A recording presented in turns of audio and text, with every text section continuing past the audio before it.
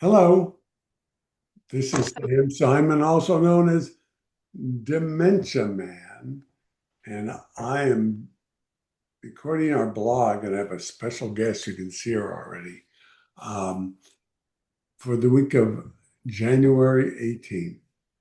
And in some ways, this might be one of the most important um, video blogs or discussions I've had so far. There are plenty of really important ones, but I'm going to get to call her Susie. I have a wife named Susan and Right. a little sister named Sue, but I call her Susie. So this is not my little sister Susie. This is Susie Sarkasian, and she is and I'm going to tell a little bit more, a coach, and a coach for people in the aging world who have encountered someone in the family with cognitive disorder of some sort, and maybe even undiagnosed, perhaps, but there is a cognitive change. And I'm going to start with and maybe end with we would have loved somebody we would have felt could have called early on. Hmm. That's when it's the hardest Hmm. because we've never been here before. And we happen to be a couple. We have two kids, adult kids, four grandkids, and a sister, two sisters. But we've never been in this world before. And getting a diagnosis, in my case, of Alzheimer's, um, you could have been, and that happens to be a a diagnosis of a terminal disease. And many of these in aging and cognitive are not all, but so it's not just coming to the end of life, it's also about different life. And I'll have one thing to say. So, and I think, Susie, people know this is not our first time around. Susan in 2000, which is 20, well, 25 and a half years ago, had been diagnosed with advanced breast cancer. And I got pulled aside and said, told she's not going to make it. Well, they were wrong. But Hmm. that didn't turn out to be the case until, and even now, I can still worry that it might come back. But in the most immediate few years, typically 5 years, so they say you don't have any more breast cancer. But we came up to the edge, the abyss, where everybody, all the medical world. And I went through that and I wrote a play about that. But I since learned, for me, the caregiver,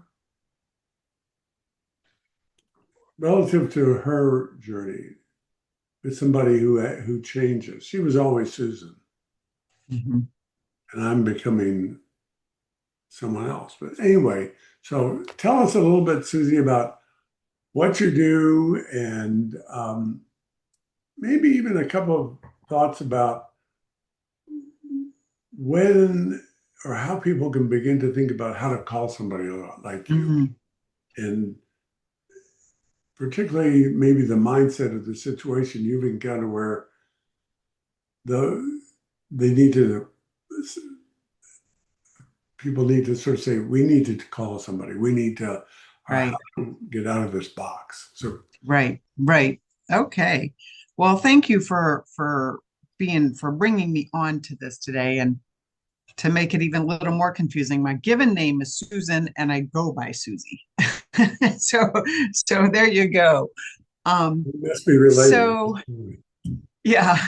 So one of the most common things that I hear when I tell someone what I do is, wow, we could have used you back then. Or or wow, I wish I knew this existed, right? People say that all the time. Or the other most common response that I get when I explain it is that is so needed. That's what a lot of people say. That is so needed. So what I do, well, I came to my profession through three events in my life. One being my father with Lewy body dementia, a second being working in an assisted living for 12 years as a director of family services, meaning I got to support the family members of the assisted living. Every family that moved in had me as their point person, as their point of contact. And if you think about a family who's moving in, husband, father, wife, mother, to an assisted living, or maybe parents, maybe both, that family is sidelined often. They're going, I can't believe this is really happening to us. Most of us think these things won't happen to us. So to move someone from maybe their lifelong home, or maybe they're coming from another facility or whatever, but it's not sort of what anyone, well, not anyone, some people, but most people don't envision living in a community setting as the a chapter that would be happening in their life or their marriage or their family. So my role at the assisted living was to support the family members.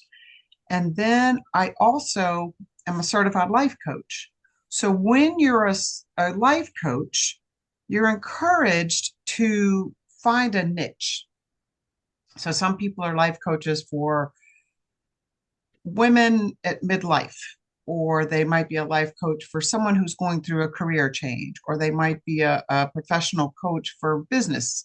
So the niche that I am drawn to is the family members of the aging. So when when my dad had Lewy body dementia, my each one I have three brothers, each of them responded in their own way, right?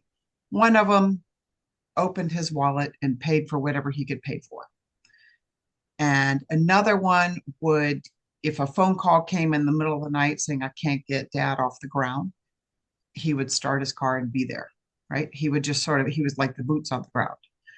Another one who was remote, not live in the same city, would call my dad every day and just talk about baseball, football, anything.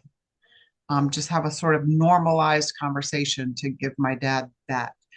And then what I found I wanted to do was I was worried about my mom. So I Mm. wasn't as worried about my dad. I was worried about my mom. So I would call her and ask, well, when did you get to take a shower last? Well, have you been out to play bridge? Well, it just really, I just checked in with her and kept wanting to support her.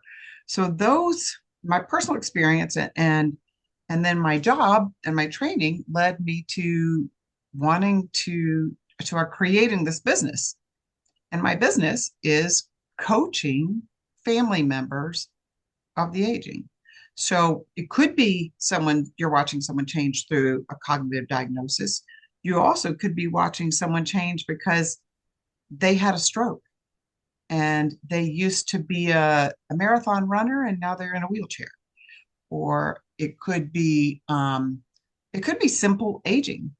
I mean, it could be just, wow, my mom really used to be this and now she's not, and I'm struggling with that. Or it could be someone who's maybe feeling guilty because they don't want to move their parent into their home, or they live far away. Um, so that's what my business is. It's a coaching thing. I bring siblings together. If there are siblings who are trying to decide what to do next and what would be best, and maybe they're not all on the same page. So I'll bring siblings together. Um, and because of the beauty of Zoom, it can be done just like this. So you can have one sibling in Nebraska and a sibling in Florida and a mother living at home caring for the father. And I will bring everyone except for the father into the meetings and the calls. Have you ever been? I said, well, it just popped in my head. We haven't Yeah. rehearsed the question. Mhm. Sort of like a mediator between dysfunctional, that's a strong word, or just disagreements within the families, and had to, because I've heard a lot, interesting recently in some calls, usually from males involved in the situations of, well, we don't talk anymore, or, Mhm. blah, blah, blah. I assumed periodically you run into that. A lot, a Yeah. lot. And sometimes people say, well, I guess we can't coach because I can't get my brother to join us. Yeah. And I say that's not true. We can coach. I can coach you if you're here and coach you on ways to approach your brother or coach you on how you can talk to him or sometimes I say let's just assume your brother's never going to change and never going to become involved. Let's figure out what you can do that you feel okay with. Um, so I wouldn't call it necessarily mediating, but I can bring people together and find the common ground and start from there. And you have done it, and your experience Yeah, yeah. I've been Susan and working I with family members for over 15 years. Susan and I have found, so to share this. One of the reasons I'm so glad we found each other is that Susan and I have been through the early phases of the confusion of the diagnosis, and um, it's interesting. These early stages and we've never been through this before. We happen not to have been in either family had it happened within our immediate families where we were. Sadly, most of our parents got sick and died. The health situation moved quickly, and they were relatively young. Today, so many people are with elderly parents. I even was saying, you can say kids. Our grandkids are almost old enough to get involved. And they're certainly not outside. One's 22, uh, Mhm, and 19, I think, is the next. Susan, we were married when Susan was 22. mhm. Um, so, and then there's this tidal wave. Um, this is the first year, 2026, that the first year of baby boomers are turning 80. Mhm. And so, the demand. But what I, we were on another networking call of some sort. And so again, I'm so interested,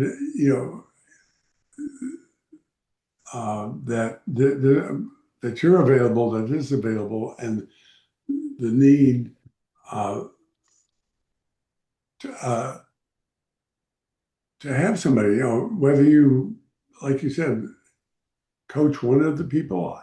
In our case, I like to be on the call too. And sorry, folks, to jump. My wife, Susie, but Mhm. Susie, Mhm. I'm talking to you that one now. She, for her second career, was director of marketing and admissions at the senior living called Tall Oaks of Ruston in Northern Virginia. Mhm. And her job was to market, but the Mhm. admissions was exactly what you were doing. You had a different title. And most of the marketing is the family comes in and they're searching, do I do it and don't I? And how's it going to be? And so they're going, and she ended up being a form of a counselor as well. Mhm. So in some ways, it's very well suited for the job she now has. Yeah, yeah.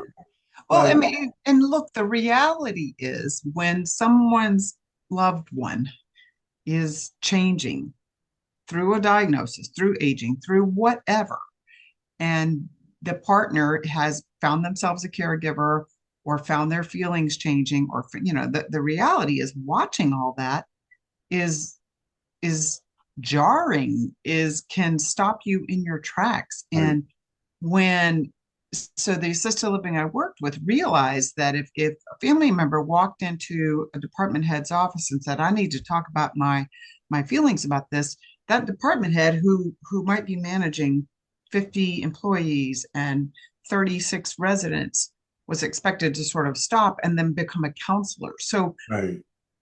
but that's what I was trained in, right? So I was trained as a life coach. I was trained in facilitating conversations. So when people come to me for a call, they bring a topic. They say, you know what, today what we want to talk about is how we're going to get my dad to go to the doctor. And so that's just an example topic. And so by the end of the call, we've reached an agreement on the next step. Okay, we agree. David's going to talk to my parents. I'm not going to be in the room. Here's what David's agreed that he's going to start this conversation. Here's what he's agreed he's going to offer in it. And here's how everyone can follow up and know what he's going to do next. So when you've got siblings all over the place on things, and one of them says, we need to just kidnap him and put him in the car and take him to the doctor. And another one says, no, we can't go because he's afraid they'll take away his license. So there's all different points of view. You And heard of that? You take away the license. I hear that all the time too. yeah, there's a real fear of going to the doctor because of that. And by the way, maybe I'll be helpful if anybody listens to this, or you can have some clients in the right circumstance. Because a lot of families are middle class or upper middle class. So I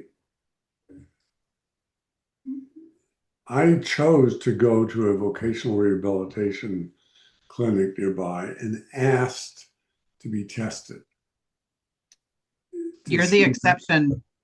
Well, what I'm worried about, that if there is an accident, and even if I'm not at fault, because I have Alzheimer's, they're going to sue my pants off and take every penny, or try to take every penny we had, even if it wasn't my fault, because they'll look it up and they'll find it, and they say, well, if he didn't have it, he could have avoided it.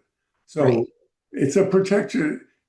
No. I know, but you're the exception. It I, does happen. yeah, But I have two families I'm working with right now where the father refuses to be evaluated for it. And because what it represents for them is losing their independence. So where the children might say, but dad, you can't do it, you're unsafe, whatever on the road. I direct them into a place of validating what the dad's feeling. Instead of push, because when you push, people push back. And I take them to a place of, why don't you tell him you understand how scary that must be? Why don't you listen to what he's saying is making him resist? Don't solve it, but validate it. you know, you just did something. Maybe you don't know what you just did. All right. Yeah, you're talking about yes, Andy. Yeah. Yeah, right. So The word I love is validate. Right. it's Tipa Snow, who is Mhm. um, for people who don't, I don't know what her title. She works in the uh, assisted or cognitive area, and she trains people on the validating or yes anding. If you tell somebody who has dementia, I hate the word, by the way, or dementia, and they say, well, you get up out of the room, oh, I got to go home. Oh, you're home. Well, they don't think they're home, and they're not going to be told they're home. The most often, the framework is, okay, let's go home. You get dressed first, and then maybe you walk outside and back in, maybe you drive around the block. But trying to tell somebody who believes they're not home, I mean, like in their core, they know they're not home. And then they're going to get suspicious of you. Or, I mean, these are things that could Mhm. happen. They don't always Mhm. happen. Mhm. So I love that. Is just another way of saying your best probability, and it is to get it, understand it. I would just add, because we're dealing with this too. We're down to one car. When are we going to get rid of the car? When are we going to now be able to use shared car services for literally everything? What's hardest but it's just down the block. We always drive just down the block. but do we really want to get the Uber or the Lyft to come to go 2 blocks? And the answer is yes. Now, there are also community car services and churches and Volunteers. profits, volunteer systems will get you stuff. But so let's get it. So a yes and is, yeah, I get it. Let's work on a plan that gives you as much flexibility as you have as if you have the car. I Yeah. don't know if it's always reasonable. And, our other example of, when do we need help? And well, there's a couple of things. One of our challenges, coach, we'll do our live coaching, is I get frustrated and I raise my voice, and it's not, and it feels received as if it's at Susan, as opposed to in reality, it's at my frustration. It's me. I'm And not. is that new? Is that new? Have you It's a, always done it's that? a, no, it's growing, it's increasing, and it's part of the inability to catch myself. Whereas before, I might get frustrated, I wouldn't explode. I would just be frustrated. And I know I can manage the frustration. So it is an emerging, and we have to talk about it now. I'm working on when to leave the room with each other, just to separate in a But cool I'm setting. curious in if I could go back 20 years Yeah. and you would get frustrated, how would you handle it then? Well, well, for a while, I would sort of insist I was right. I don't think I would Honest? yell, but I would. By the way, I was managing. I created for a business that grew to. I was managing 50 people. I was the boss, Hmm. and I will validate that I was the worst boss in the history of small business management Hmm. until I took formal training in improv. I Okay, learned. but back then when you were So with people, all I'm saying, so even there, I learned to listen, accept the information given, and then add to it. And that's why it helped in the home too. Is those were some that training helped me even at home with Susan. And so I thought, I mean, it helped our relationship too over time with everybody to work on that. Not now, first of all, and we are working on it. We are moving into a senior living facility, spring of 2027. We are in this uh, 1, 2, 3, 4-ish bedroom house with 2 people at top of a um, pipe stem with just a couple of houses around, and the guy next door just moved. um, we're feeling isolated, even though we are very involved in our community. Mhm. We, in fact, have a son who's a public official. He's a member of the Virginia House of Delegates, our new place we can vote for him for the first time. Anyway, Mhm. so isolation, can be a part of what you just so much time with just each other Mhm. um, can do it. So we're aware. We do one other thing because the other part of this, and I'd be interesting. I've talked about it before, is how easy it is to get depressed and sad and feel like life's not worth living and it's all terrible. And why us? Why us? You're talking about for both people? Well, I'm talking about it can be for everybody, Mhm. anybody in that relationship. Why us, the family? Why? And there's a line in my play. I'm going to eventually become someone else will occupy this body. I won't be Sam anymore. Mhm. And Susan will have, if that's true, if we that's it can happen. This is the other, another topic, but important, is she has a duty, and she believes in it, of taking care of someone she didn't know before. And that's distinct from other relationships. That's why I've come to believe that I'm the person with the disease, that the care partnering for me when she was sick, she was always Susan. always a person I had married and I knew and loved. And now I might become, and I am changing. I'm already different, not entirely different, but I can at one point not even know become different. Another person. So, and that ties back into you saying you've noticed that you get more your frustration, you're not as capable of handling that when it Yeah, happens and it yeah, comes out, it's coming yeah. out differently. And And so, they got to a point where she got scared once and um, insisted we talk to somebody, and we did talk.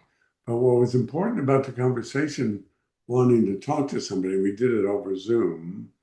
It was during COVID era or the end of it, is that she was afraid to tell me by herself without a third party, in this instance, even over Zoom, yeah, that she was afraid I might hurt her. What yeah, was important, it was really important for me to hear that. yeah, I couldn't believe it because I would never knowingly, intentionally do anything to hurt her, mhm, emotionally or physically, well, particularly physically. And that helped us be aware. The emotional part is what I was getting to about being intentional, not just hurting, but just going into, particularly with two people, you know, being getting into a funk or right. go into the why us and what Yeah. did we do wrong Well, and all that business. And yeah, we and discovered, I think I've come up with a name for people like your wife. I call them the well spouse. It's not very catchy or anything, but it identifies that, that well spouse. It's funny, a lot of people don't necessarily self-identify as caregivers, but when I've gotten spouses together who are maybe looking at an empty chair because the person's in an assisted living, or who are now on duty all the time and feeling guilty because they want to go out to dinner without their spouse, or are keeping having employees living in their home to care for their right, spouse. So those people are, for whatever reason, people that I have ended up with quite frequently yes. coaching. One gentleman just yesterday, he's caring for his wife at home with dementia, but it started taking a turn. It's changing as dementia does, progressing. And he reached out because he said, we've gone into a next phase and I need to talk.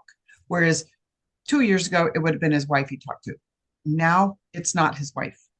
He says, I need to think this through and um, think through where I am, think through how I'm getting my needs met. So when he came to the call, it's not just an update on what's happened since the last time we talked. I'm like, tell me what you want to get out of this call by the end.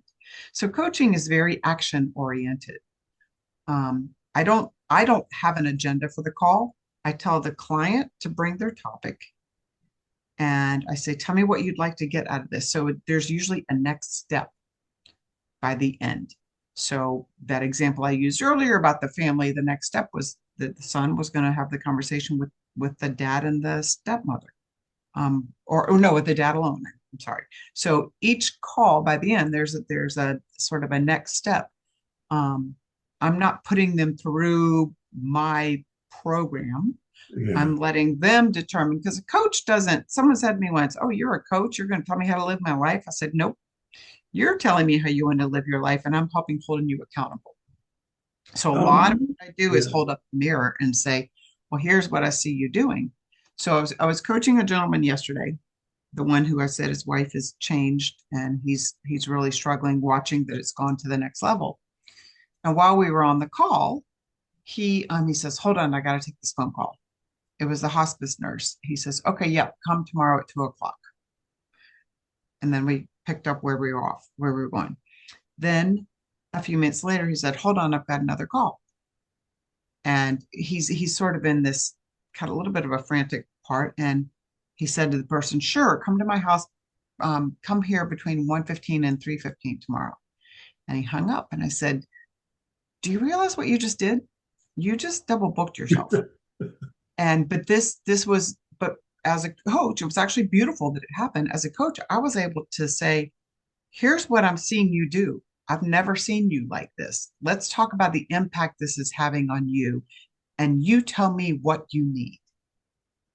And he was like, oh, that was such an eye opener for him that as much as he thought he had it all under control, it was having an impact on him. And he was able to identify what he needs. And then we were like, okay, who can help you with what you need? Because I just want to be able to go get my hair cut or go to the hardware store and putter around for a few minutes. So we were able to take that. What he needed was to breathe some different air every now and then. And we were able to come up with a plan for him to do that. So that's a little bit, I mean, I'm not breaking confidentiality because you have no Right. idea what I'm talking about, but that's an example of a type of thing that can happen in a coaching call. And he was so relieved by it. He wasn't even aware that he was coming across like this. And it can all be done through Zoom, believe it or not. No, I love it. And I love that. And I can see that happening where next time Susan doesn't want me sitting next to her. She needs To to breathe different air. and and and have another conversation. That's also an important reason for us to get into more communal. And we're going into a senior living facility, and there are different kinds. This is not the kind where you have to put a bunch of money down and that sort of thing. Mhm. But there will be there even their memory unit will allow her, if I'm not if it's comfortable, for us to be together, which was important for us. But having the community and experts around and not the isolation. But it's great to know. And I don't, are you familiar with, because I've just learned this. Um, I knew that, well, I knew because Susan had breast cancer that they were beginning to have breast navigators. This was 30 years ago, 25 years ago. Um, I know about nurse navigators. these were people who were navigators to help people with people. Some were nurses, some were. Today, Medicare will do that. They'll pay for someone to help navigate. Do sort of you can call it coaching. Mhm. It's more than that too. Mhm. For breast cancer patients, I just learned about the one in a trial for cognitive navigators. Really? Now, it's being done through providers, and it's an 8-year trial. It's called GUIDE, GUIDE. And it's, God, I'm forgetting CDC or who it is, but the GUIDE program will pay for cognitive navigation services offered through um, a provider of cognitive help, neurological practice in Mhm. hospitals. I Googled it and it's not available in the metropolitan Washington area yet, which surprised me. But Guide dementia program. Yeah. yeah, and that's brand new. My book said that my book made this point and said there wasn't this for people with dementia, so I'll have to go back and change it. But that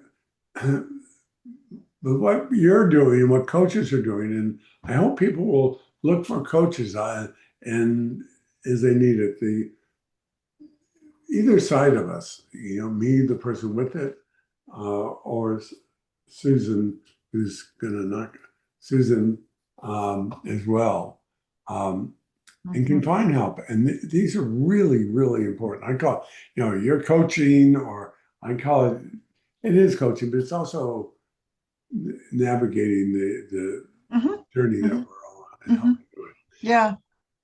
People can get to you. Give the name of your website. Through my website. It's my name, susiesarkasian.com, which is a brutal name. He must have been worth it, right? Yeah. So it's SUSIESARKISIAN.com. IAN, SusieSarkasian.com. I offer a half hour, a complimentary half hour coaching session. Because I don't expect someone, I wouldn't, if I didn't had met the person or seen them or heard them, I would be reluctant to just pay money, Yeah, right? sure. So, yeah, maybe I have an impressive resume, but so what I do is I offer this free half hour where they tell me a little bit about their scenario. I explain, well, if we were to work together, here's where I would see us going. And then I have different coaching packages people can sign up for. So yeah, you can sign up for the free half hour. And if you don't, if it's not me, I always say if it's not Well, me, that's fine. Just get support because most that, people, like you said, haven't done it before and think, well, I can figure this out. I can figure this out. And the I'm reality, finding there was a point we didn't think we could do it up front. That people, I think one of the most important things of this, and I hope people get from it, there are, there is help. Mhm, And particularly, we found at the very start, we weren't cocky. Said, yes, we could do it. I call it cocky. I get it. mhm, But, oh, this is just another thing. Well, look, she had breast cancer. We can do it. You have to see the play, read my book, as mhm, we're both marketing. I mean, every story is different. Every journey is unique. And mhm. yet the commonality are the emotional and interperson inner um, angst and uncertainty. And so you do great. I'm so glad we met and Yeah, me too. did Thank this you. Thank again. you. And yeah, so I hope people will, if you live in LA, first of all, you got Zoom, but when they call you, or Yep. maybe there are other resources that might be a little bit nearby. And Right. I'm Right. Well, I actually end up doing some work on the West Coast. I'm coaching someone in a few hours who will be 2 o'clock in her time and 5 o'clock in my time.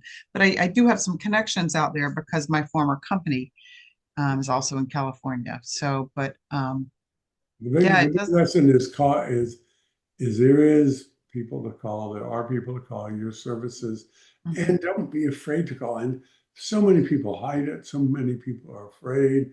I can't tell you Yeah, how often feeling there's alone. just the issue of, well, my aunt had it or my mother had something. Then well, have you gotten tested? Do you have the APOE4 genetic risk for it? I don't want to know. And, I think if you don't talk to somebody, if you don't know, then you can't live your best life with it. And we embrace it, not because we wanted it, because we can't do anything about it. It is what it is. So how do we live the best lives Mm-hmm. with what we have and what we can change is how we go through it. Right. And that's, And how we respond. Yep. yeah. So thank you, You're Susie. welcome. I appreciate you, Sam. I really do. Thank you for having me on today. And hopefully we can do something again later. I meet in person one time. There you go. There Maybe you go. we'll even call you too, but that would Yeah. uh, can't break confidentiality yet. Yeah. All I right. know nothing. All Thank right. you. Thank you, my friend. Have a great day. You too.